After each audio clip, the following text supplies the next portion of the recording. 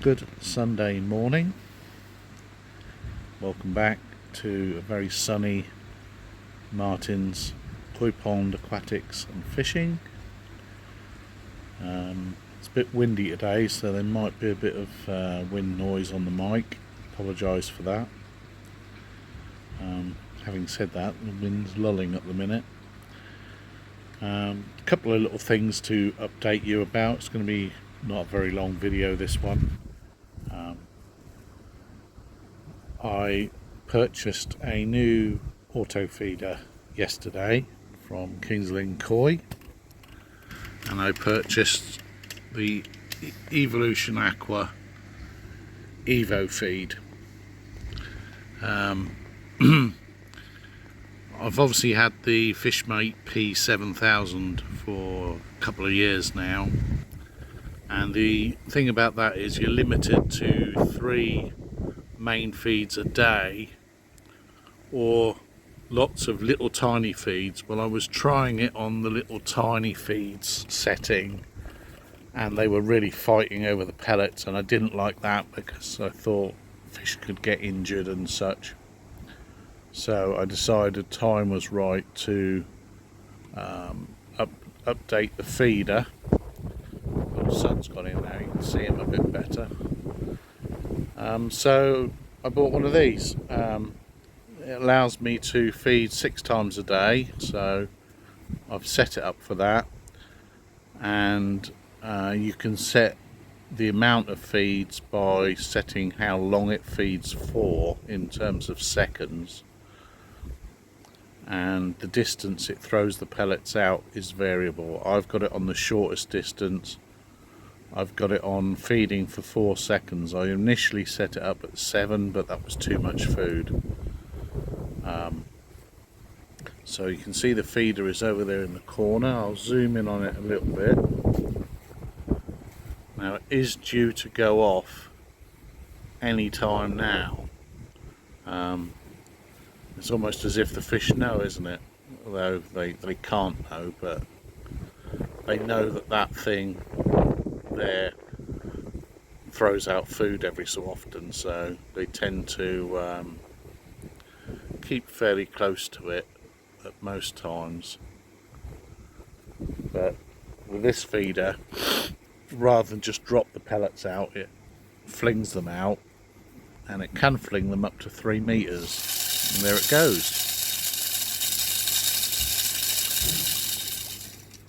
So that's 4 seconds of food. Looking at it on the water, that's perfect. That's gonna give them all a decent feed, and like I say, it's doing that 6 times a day. I've got it set for every 2 hours, starting from 8 AM through till 6 PM. So far I like it. I'm happy with it. Something I have done, well, I'd done it before I bought this feeder, is I've took the skimmer off the pond, because that floating skimmer, the koi, if pellets get in it, the koi just don't leave it alone. They keep climbing up on it and popping it up out of the water, and it makes an awful racket when that happens. So I've currently got it out of the water, which is probably a good job with how these pellets are spread around by this feeder. But the good thing is, as you can see, they're not all in one place fighting for the pellets. They're able to just mosey around and come up and take pellets at their leisure, which is how I like to see them feed, to be honest. I don't like them competing too much.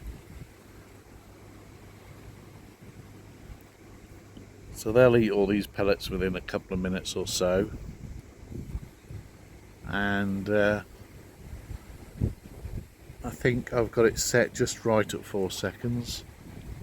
I don't know how much that is in grams. It did suggest you should fire off a feed and catch it all and see how much it was, but I didn't bother with that.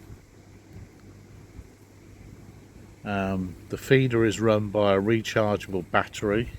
They claim that the battery will last for 3 months, so it's fully charged.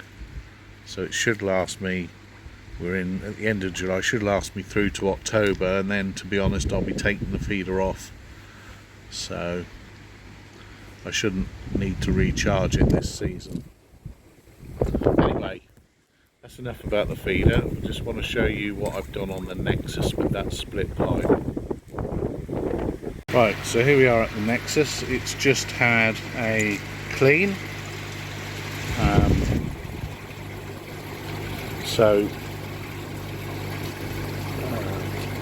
What I've done is I've replaced the pipe that had broken. That's currently laying on the floor. I haven't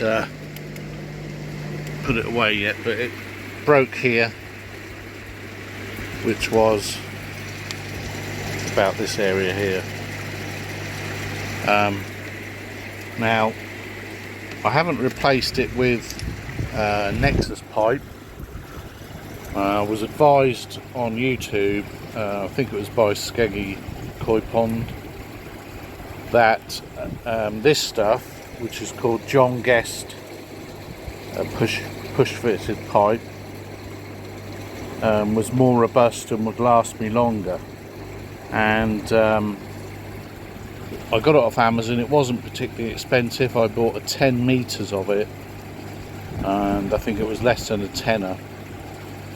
And the thing about buying 10 meters is if any of these other pipes go, I've got more of this and can just replace them as they go. Hopefully they won't, but obviously that one split. It's easy enough to fit. I've made it a bit over length because how it was putting pressure on where that pipe goes in the air pump. So by making it over length, there's no pressure on that now, and hopefully that won't split, because it would look like it was possibly going to. But what I can do by having this over length is, if it does split there, I can just cut the pipe there and put it back on the pump. So yeah, John Guest 12mm water pipe it is. It's push fit water pipe. Has a 9mm internal diameter, and it says here it can take pressure of up to 10 bar, so I know my air pump isn't putting out anywhere near that pressure, so it's going to be fine for the job.